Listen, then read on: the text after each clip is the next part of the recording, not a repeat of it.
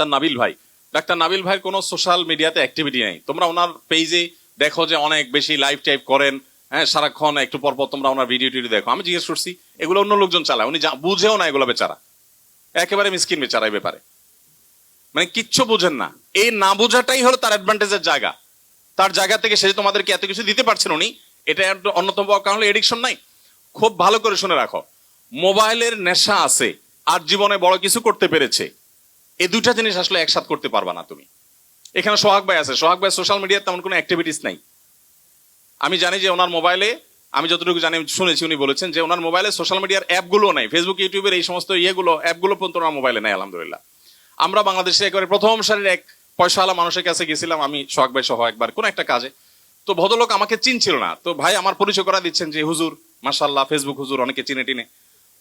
তো তখন লোকটা বললো সরি আমি চিনতে পারলাম না। আমার খুব অপমান হলো, খুব মনে কষ্ট পাইলাম যে আমারে চিনে না, কপাল পোড়া, কেমন কথা।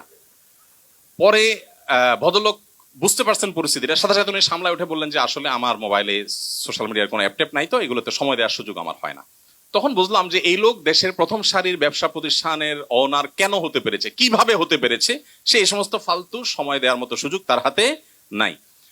আমার সোশ্যাল মিডিয়াতে অনেক অ্যাক্টিভিটিস আছে, তোমরা বলো যে আপনি ওয়াজ করেন, আপনি কি করেন।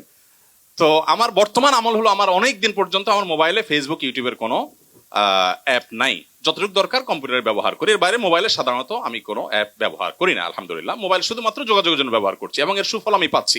তো তোমাদেরকে আমি বলবো সময় তোমরা হেফাজত করবে, আজে বাজে বন্ধুর সাথে সময় কাটাবে না, এবং মোবাইলের নেশা থেকে বাঁচার চেষ্টা করবে, মাদকতা থেকে বাঁচার চেষ্টা করবে, এবং তোমাদের লজ্জাস্থানকে হেফাজত করবে। আব্দুল্লাহ জাহাঙ্গীর আরেকটা কথা কোট করি, স্যার বলতেন দেখো আমার মতো দাড়ি পাকা বুড়ো, স্যারের কথা বলতেন যে আমার মতো দাড়ি পাকা বুড়ো তাহাজ্জুদ পড়ে আল্লাহর যতটুকু নৈকট্য লাভ করতে পারবো, তোমাদের মতো তরুণরা শুধু 5 ওয়াক্ত নামাজটা পড়বে এবং তোমাদের চরিত্রটাকে হেফাজত করবে, আল্লাহর নৈকট্য আমার চাইতে তোমরা অনেক বেশি অর্জন করতে পারবে।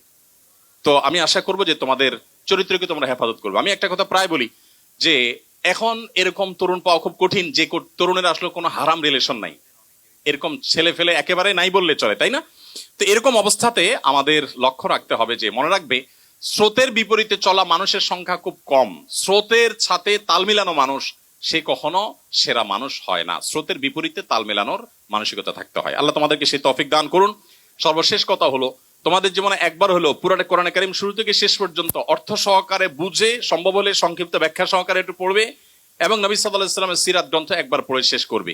এই দুইটা জিনিস, পুরো কোরআন একবার এবং পুরো সিরাত গ্রন্থ একবার পড়ে শেষ করবে। আশা করি যে ইসলামটাকে তুমি অনুভব করতে পারবে এবং ইসলামের সঠিক ধারণা তুমি পাবে। আল্লাহ তাআলা তোমাদের সবাই ঈমান আমলকে, তোমাদের তাকওয়াকে প্রতিকূল পরিবেশে আল্লাহ তাআলা হেফাজতে রাখুন। যে মুসলমান হিসাবে তুমি গর্বিত হওয়ার জন্য যথেষ্ট, তোমার আর কিচ্ছুর প্রয়োজন নাই। তুমি সব সময় প্রাউড ফিল করবে অ্যাজ এ মুসলিম, এবং প্রাউড ফিলটা তখনই করতে পারবে যখন তুমি ইসলামটা বুঝবে, জানার চেষ্টা করবে। আজকে আমি তোমাদের প্রতি উদাত্ত আহ্বান করতে চাই, ইসলামকে জানার তোমরা চেষ্টা করবে। আজকের এই প্রোগ্রামটা তোমাদেরকে ইসলাম জানাবার জন্য না, ইসলাম জানার জন্য এত শর্ট টাইম যথেষ্ট নয়। আজকে আমরা তোমাদের জন্য ছোট্ট একটা উদ্যোগ রেখেছি, সেটা হলো এই প্যান্ডেলের ঠিক পেছনে আমরা যেখানে ইনশাআল্লাহ নামাজ পড়বো, আসর পড়েছি যেখানে, তার পাশে একটা স্টল রাখা আছে। এই স্টলে তোমাদের জন্য কিছু বই পুস্তক, আমি আমার পছন্দের কিছু বই পুস্তক বলে দিয়েছি সেখানে রাখার জন্য রাখা আছে। তোমরা চাইলে সেগুলো কিনে নিতে পারো, এবং এখন না পারলে পরবর্তীতে তোমরা ছবি তুলে নিয়ে গেলে, নাম লিখে নিয়ে গেলে, পরে কিনে নিলে ইসলাম সম্পর্কে তোমরা জানার চেষ্টা করবে। আমি খুব বেশি লম্বা করার সুযোগ নেই, কারণ অনেক সময় ইতিমধ্যে হয়ে গেছে।